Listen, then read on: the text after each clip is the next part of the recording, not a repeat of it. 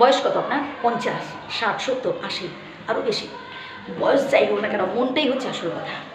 আপনি যতক্ষণ না নিজেকে স্ট্রং রাখতে পারছেন, আপনি যতক্ষণ না নিজেকে ভাবছেন যে হ্যাঁ আমি শক্তিশালী, দেখবেন আপনাকে পদে পদে সবাই অপমান করবে, আপনাকে গুরুত্বহীন ভাববে। আপনি আপনার বাড়ির কর্তা, আপনার কথাই হবে শেষ কথা। নিজেকে গুরুত্ব দিন, নিজের কথাটা ভাবুন। আপনিও একজন মানুষ এবং আপনারও একটা ভালো লাগা আছে, আপনারও একটা পছন্দসই বিষয় রয়েছে। আপনি যদি নিজেকে গুরুত্ব না দেন, আপনি যদি মানে নিজের কথা না ভাবেন, তাহলে একটা সময় দেখবেন এই পৃথিবীর প্রত্যেকেই আপনাকে অপমান করবে, প্রত্যেকেই আপনাকে অবহেলা করতে শুরু করবে। সর্বপ্রথম নিজেকে গুরুত্ব দিন, নিজের ভালোটা বোঝার চেষ্টা করুন। আর যতদিন না আপনি নিজেকে গুরুত্ব দিতে পারছেন, দেখবেন সবাই কিন্তু আপনার অসহায়ত্বের সুযোগ নেবে, সবাই কিন্তু আপনার দুর্বলতার সুযোগ নেবে। যে কথাগুলো বললাম প্রিয় বন্ধু, আবারও প্রথম থেকে শুনুন। আপনি আপনার বাড়ির কর্তা, আপনার কথাই হবে শেষ কথা। কেন ভাবছেন যে আপনার বয়স হয়ে গেছে? কেন ভাবছেন যে আমি খুব দুর্বল, আমি আর কিছু করতে পারবো না, আমার সে আগের মতো রোজগার নেই?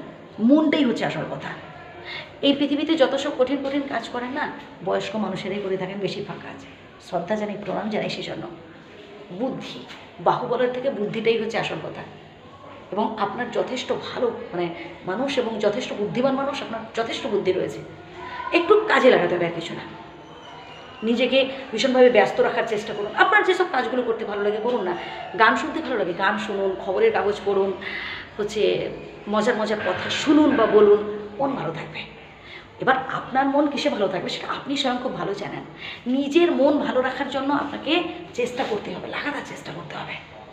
দেখুন, আপনার যদি মন ভালো না থাকে তাহলে আপনার কোনো কাজ করতেই ভালো লাগবে না, কারণ মনটাই হচ্ছে যত নষ্টের গোড়া।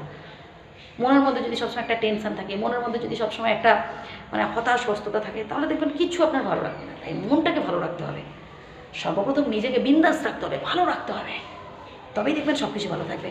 আর মন ভালো থাকলে দেখবেন শরীর ভালো থাকবে, আর মন শরীর ভালো থাকলে সব কিছুই ভালো লাগবে। হ্যাঁ প্রিয় বন্ধু, তাই যে কথাগুলো বললাম আবারও প্রথম থেকে শুনুন। আশা করি উপকৃত হবেন। কারোর উপর না অধিক আশা ভরসা করতে যাবে না। যদি ভরসা করতে হয়, ভরসা করুন নিজের কর্মের উপর। এই অতিরিক্ত ভরসা করে কাউকে বলতে যাবেন না, বাবা তুই আমাকে ছেড়ে যাস না, তুই যদি আমাকে ছেড়ে চলে যাস আমি সব কিছু শূন্য দেখবো। এমন কথা আপনি যাকেই বলবেন সেই দেখবেন আপনার দুর্বলতার সুযোগ নিচ্ছে। কারণ পৃথিবীতে না মানুষ বড্ড স্বার্থপর, মানুষ বড্ড সুযোগ সন্তানী।